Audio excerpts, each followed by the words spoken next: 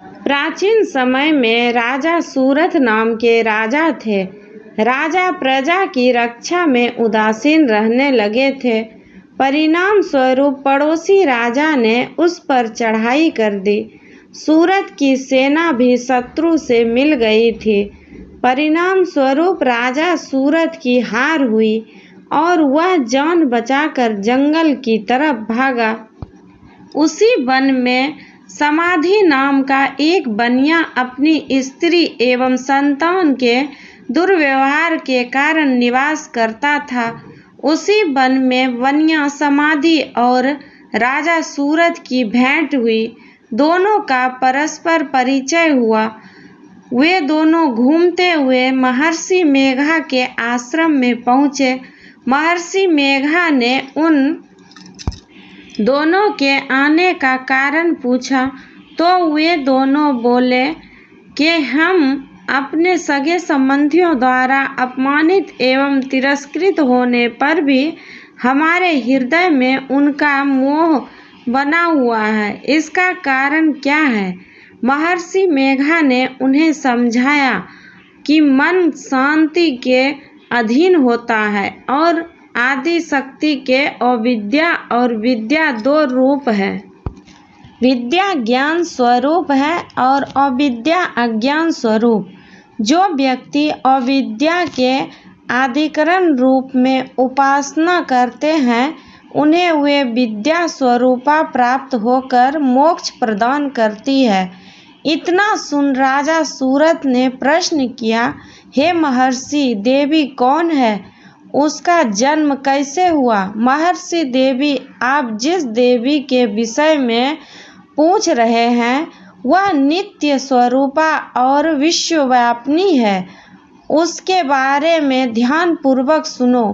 कल्पांत के समय विष्णु भगवान क्षीर सागर में अत्यंत शैया पर शयन कर रहे थे। तब उनके दोनों कानों से मधु और कैटभ नामक दो दैत्य उत्पन्न हुए थे।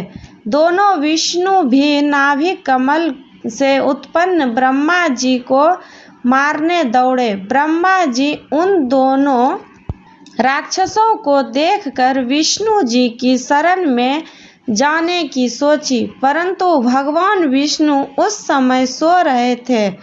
तब उन्होंने भगवान विष्णु को जगाने हेतु उनके नयनों में निवास करने वाली योग निद्रा की प्रस्तुति की। परिणाम स्वरूप तमोगुण अधिष्ठात्री देवी विष्णु भगवान के नेत्र, नासिका, मुक्ति तथा हृदय से निकलकर जी के सामने ब्रह्मा जी के सामने उपस्थित हो गए। योग निद्रा को निकलते ही भगवान विष्णु उठकर बैठ गए। भगवान विष्णु और उन राक्षसों के बीच 5000 साल युद्ध चलता रहा। अंत में मधु और कटाभ दोनों राक्षस मारे गए। ऋषि महर्षि बोले, ब्रह्मा जी की प्रस्तुति से उत्पन्न महामाया देवी की वीरता तथा प्रभाव का एक समय देवताओं के स्वामी इंद्र तथा दैत्य के स्वामी महिषासुर में सैकड़ों वर्ष तक घनघोर संग्राम हुआ। इस युद्ध में महाराज देवराज इंद्र की पराजय हुई और महिषासुर इंद्र लोक का स्वामी बन बैठा।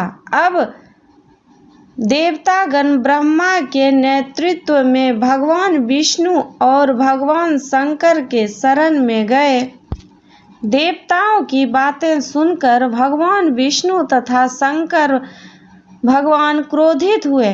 भगवान विष्णु के मुख तथा ब्रह्मा जी, शिव जी तथा इंद्र आदि के शरीर से एक तेज पुंज निकला, जिससे समस्त दिशाएं जलने लगी और अंत में यही तेज पुंज एक देवी के रूप में परिवर्तित हो गई।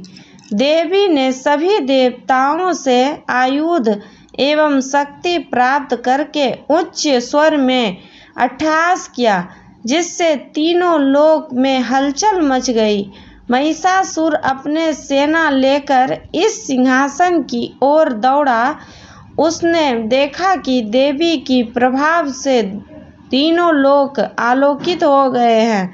महिषासुर के सामने देवी की एक भी चाल सफल नहीं हुई और वह देवी के हाथों मारे गए। आगे चलकर यही देवी शुंभ और निशुंभ राक्षसों का वध करने के लिए गौरी देवी के रूप में अवतरित हुए।